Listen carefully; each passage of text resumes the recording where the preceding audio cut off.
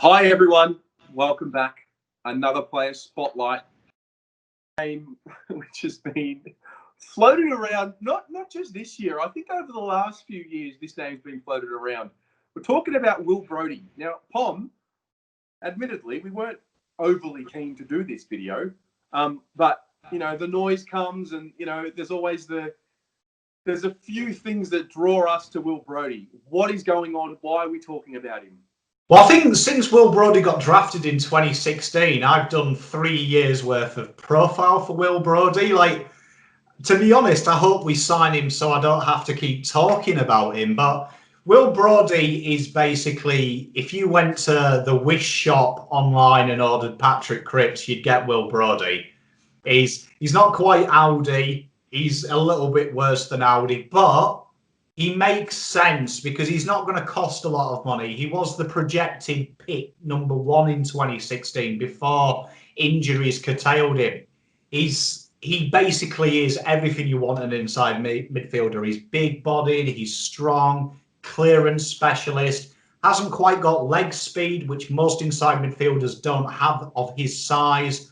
But he is literally, if you're looking for the stopgap as a Cripper help to help Setterfield and help Cripps, Will Brodie fits the bill, and there's worse players out there. He rates elite at clearances. He's got very good handball skills, decent kicking skills. He's a good base, and he is someone that could be like Setterfield. A lot of injuries, out of favour, that being nurtured could be a superstar for an AFL side.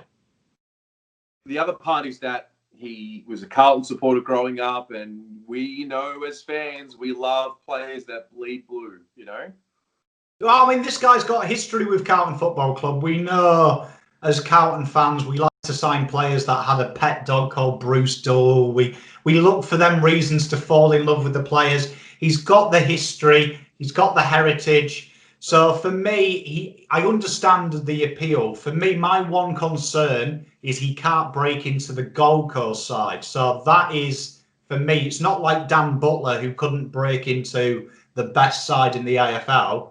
Gold Coast have been Carlton for the last 5 years. They haven't been very good. So I do have reservations why he's not playing, particularly this year when Matt Rowell got injured very early on. This guy didn't break into that team. And for me, that is my concern. We will be signing this player on what if, what could be. There isn't much to go on to say he will work. It's very conjecture.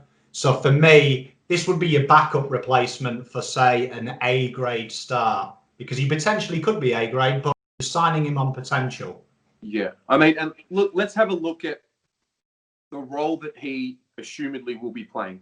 We know, Cripps, Ed Curnow, Setterfield, Kennedy, and then maybe to another level below, Stocker. Those are probably the inside mids on the list.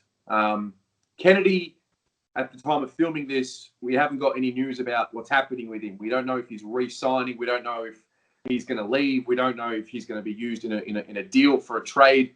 I don't know why we would be bringing Will Brodie or a player like him into the club when we've got some young developing inside mids in Stocker and Kennedy, and if you want to put Setterfield in that category. But in terms of who's not getting a regular game but there for the future, I think Stocker and Kennedy are there. So if it was a situation where we lose one of, I don't think it'll happen, but if we were to lose a Stocker, or if we were to lose a Kennedy, then maybe you start saying, okay, well, we want to have some sort of a project in the reserves, develop into the next Ed Curnow or the next sort of inside midfielder.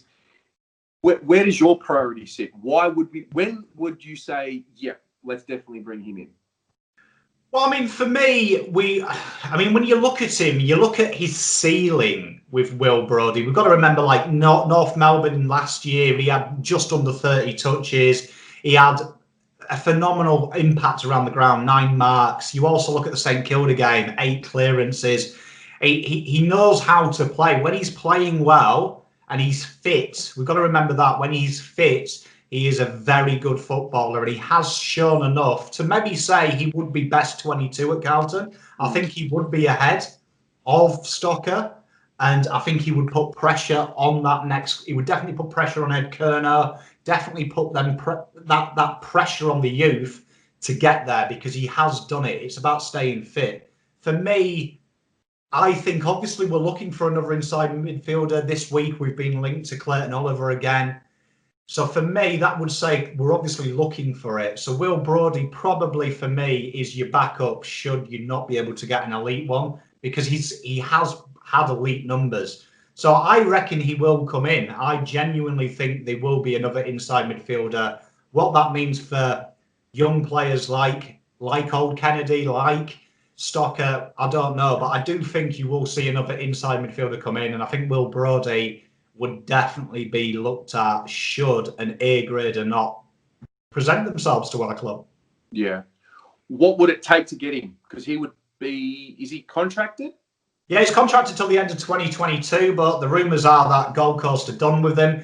I think when you look at him this year, he only played one game. The last two games he's played for Gold Coast, he's been plummeted on the wing, and this guy ain't very quick. He's got the pace of a Renault Espace. So for me, he's not the place you play him, and that would say to me that he's there to make up the numbers. So for me, I'd say a third rounder, a fourth rounder. It won't be very much. You're looking at a pick between 40 and 60, and it's a cut price deal. And for me, that's a good bargain deal with where he's ceiling is. I mean, players getting 30 touches in AFL football, it's not easy to do. Just under 9 clearances, that's phenomenal. Like, this guy can play, and ourselves in that Russell will get him fit. Russell's done a wonderful job with Satterfield. Similar job needed here. So he could be a very good footballer. He could be in the elite category very easily. He just needs to stay fit and get some continued game. Okay. So a later pick, we also relieve the Suns of the contract and the salary, and it allows them to open up some space to then obviously go and pursue other players they might fill.